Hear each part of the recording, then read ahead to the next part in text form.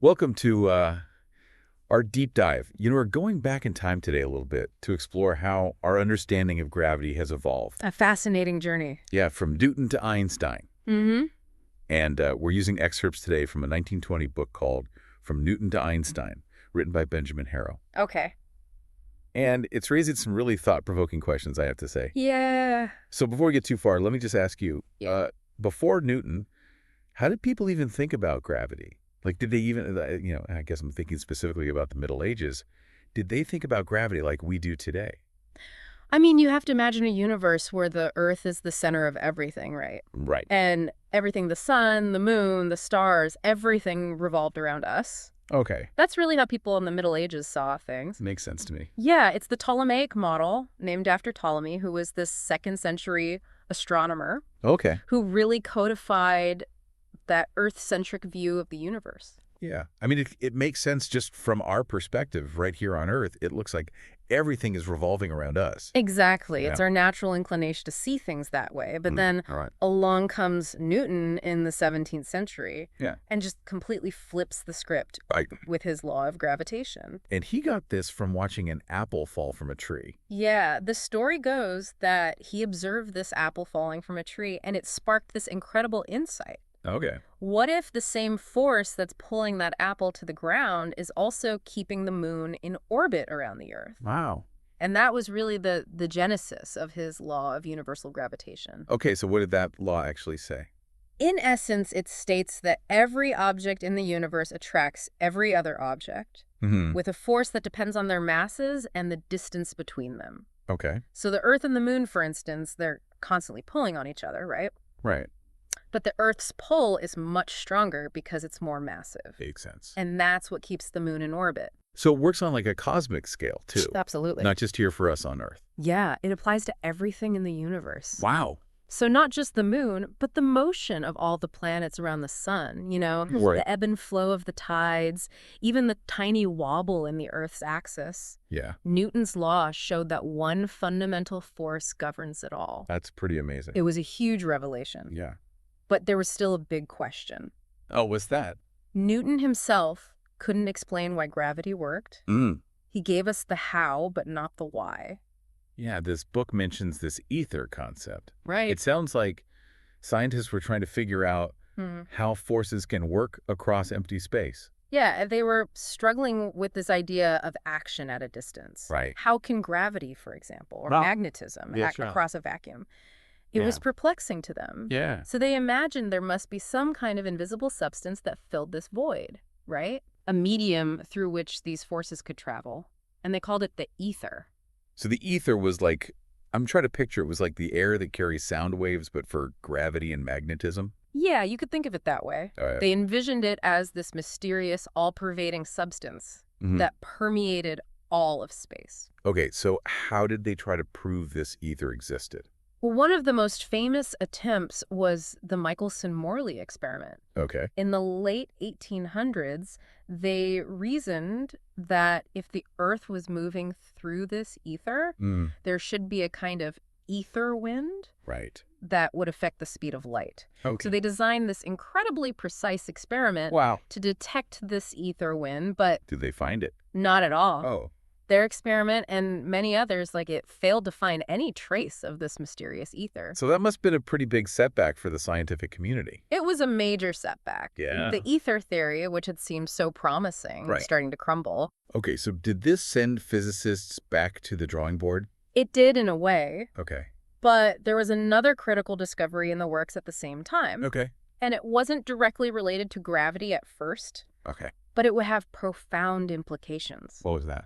It was the discovery of a tiny particle called the electron. Oh, okay. Through studies of light and electricity, scientists discovered this minuscule particle, Okay. a fundamental building block of matter, Okay.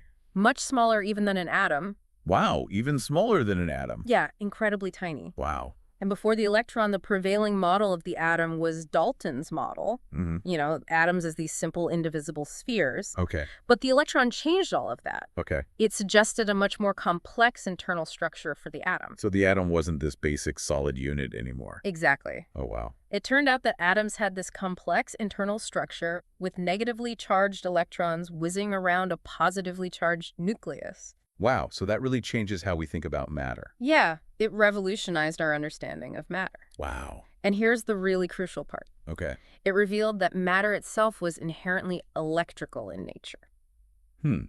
So if matter is electrical and light seemed connected to both matter and electromagnetism, was this a hint that gravity might be involved too?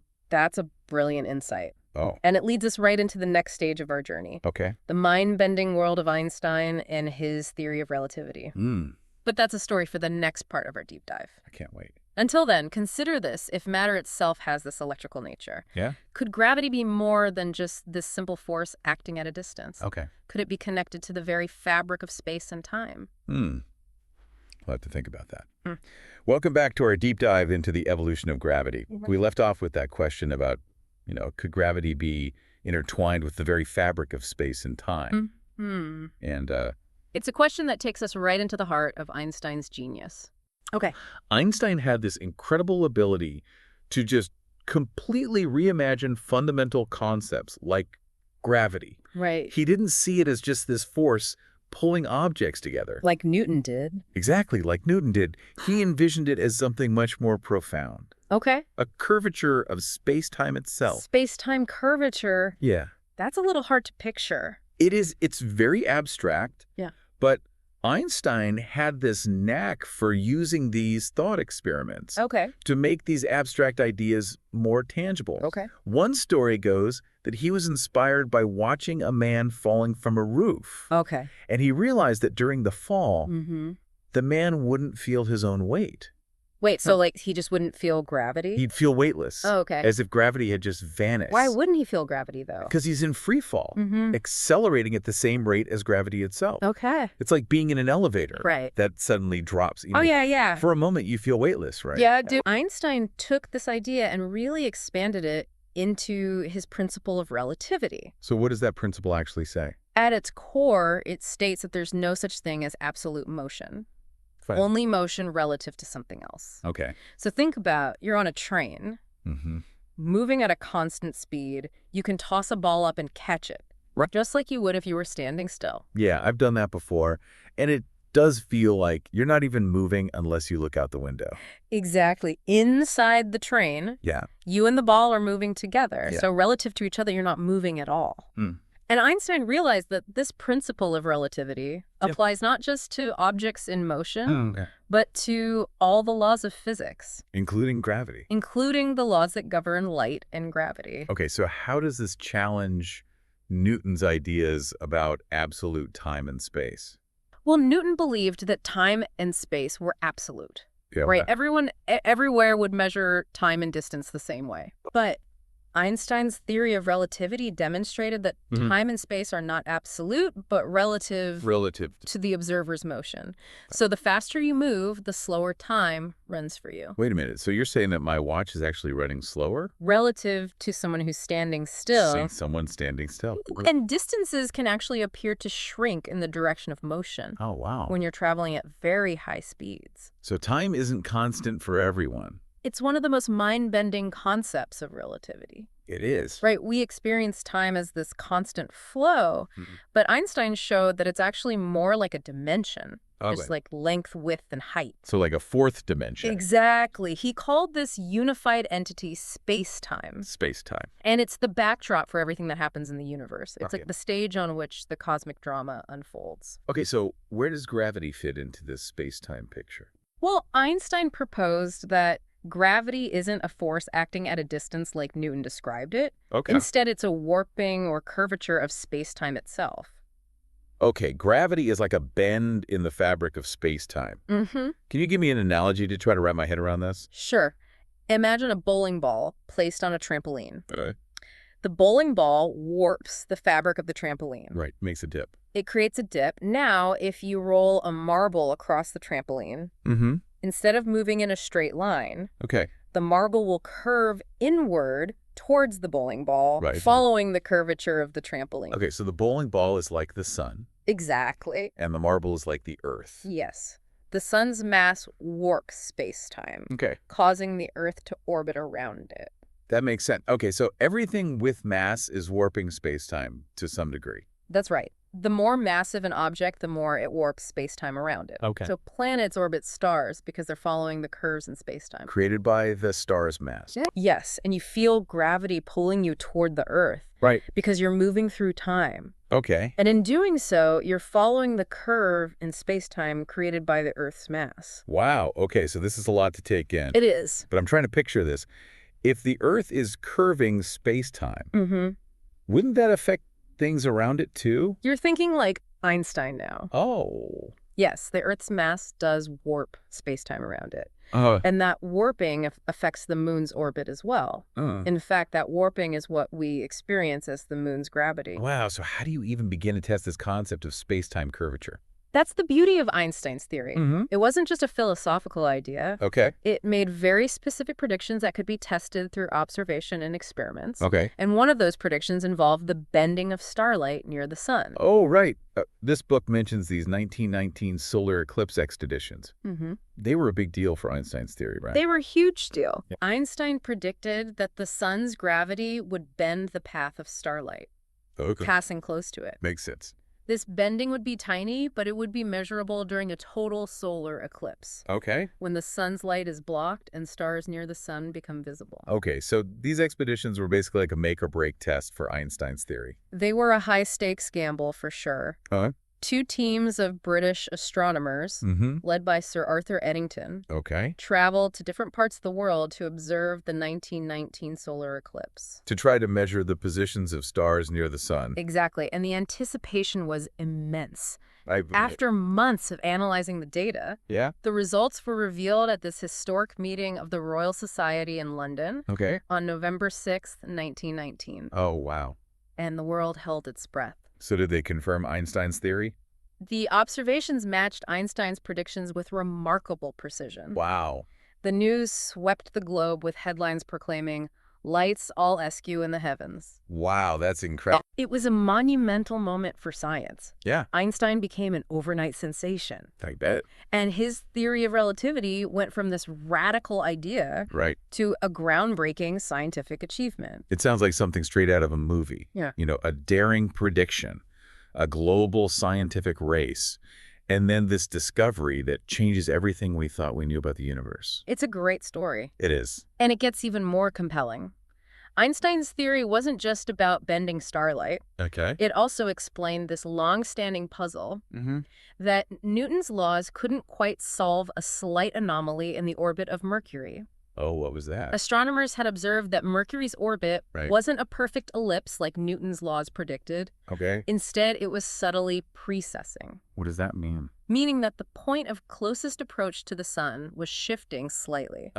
With each orbit. And this precession was too significant to be explained by the gravitational pull of the other planets. Exactly. It was a tiny discrepancy, but it had baffled astronomers for decades. Wow. But guess what? Einstein's theory of relativity predicted this precession perfectly. Wow. So Einstein's theory wasn't just this abstract idea.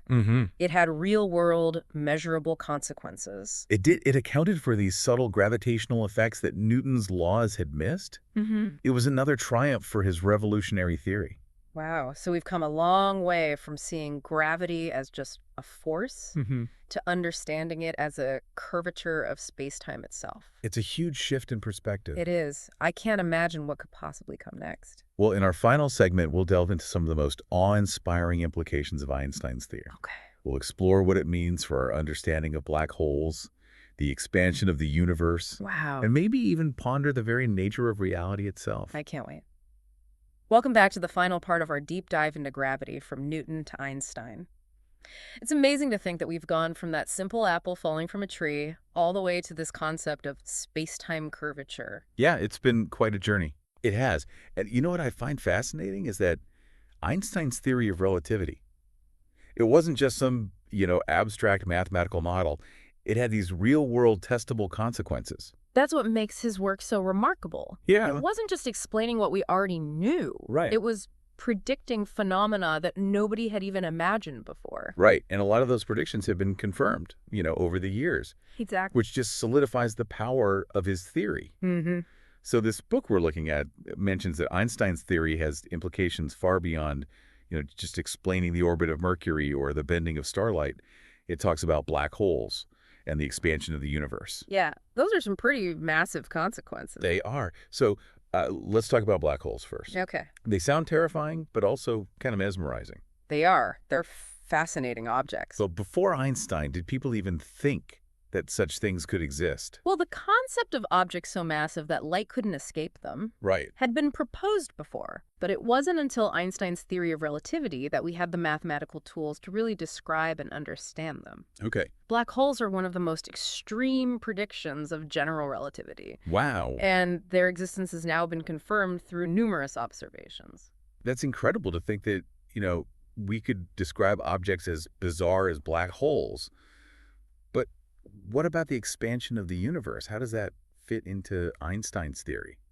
That's another area where Einstein's theory had a profound impact. Okay. When Einstein first applied his equations to the universe as a whole, he found that they predicted a universe that was either expanding or contracting. Okay. It couldn't be static. But at the time, most astronomers believed in a static, unchanging universe. Right. It was the prevailing view. Did Einstein try to reconcile his theory with that view? He did. He even introduced a cosmological constant into his equation, Okay. a sort of fudge factor that would counteract the predicted expansion and allow for a static universe. But it turned out to be a move that he later regretted. Why? What happened? Well, in the 1920s, astronomer Edwin Hubble Right. made this groundbreaking discovery that galaxies are moving away from each other. Oh, wow. And the farther away a galaxy is, the faster it's receding. This observation provided the first evidence that the universe is actually expanding, Oh, wow. just as Einstein's original equations had predicted. So Einstein's theory, even though it initially predicted something that seemed radical at the time, ended up being right. Exactly. It was a testament to the power of his theory to accurately describe the universe on the grandest of scales. So it's incredible to think that these insights into black holes, the expanding universe, they all stemmed from this new way of thinking about gravity, going from this idea of it as a force to this concept of gravity as a curvature of space and time. It's a profound shift in perspective. It really is, and it makes you wonder, doesn't it? Mm-hmm. If space and time themselves can be warped and curved, what does that say about the nature of reality itself? That's the big question, right? Is reality this fixed objective thing? Right. Or is it more malleable, shaped by our motion and our perspective? Within this curved space-time. Exactly. It makes you wonder if what we perceive as reality is just one tiny slice of something much larger and more complex. It does, and that's one of the things that I find so captivating about studying gravity in the universe. It pushes the boundaries of our understanding, challenges our assumptions, and opens our minds to possibilities we never could have imagined before. Well, this whole deep dive has been just that mind expanding. I'm glad to hear that. Yeah, we've covered so much. Newton's laws, the ether theory, the discovery of the electron, and then Einstein's revolutionary theory of relativity. It's been quite a journey. We've gone from a universe with the Earth at its center to a universe where space and time are woven together into this dynamic, ever-evolving fabric. And it all started with an apple falling from a tree. It's amazing, isn't it? The evolution of our understanding of gravity is a testament to human curiosity, the willingness to challenge established ideas, and the sheer brilliance of minds like Newton and Einstein. And it really underscores the fact that science is a constantly evolving process. Right. What we consider groundbreaking knowledge today might just be a stepping stone to even more profound discoveries tomorrow. That's a really good point, and it's exciting to think about what future discoveries await us, what mind-blowing concepts are still out there waiting to be uncovered. Exactly. The journey of exploration and discovery never truly ends. That's the beauty of it. It is, and I encourage everyone listening to continue their own deep dive into this fascinating subject. Read more, explore, and keep asking those big questions. You never know what incredible insights you might uncover. Well said. Thanks for joining us on this incredible journey through the evolution of gravity. Until next time, keep those minds curious and those questions coming at from.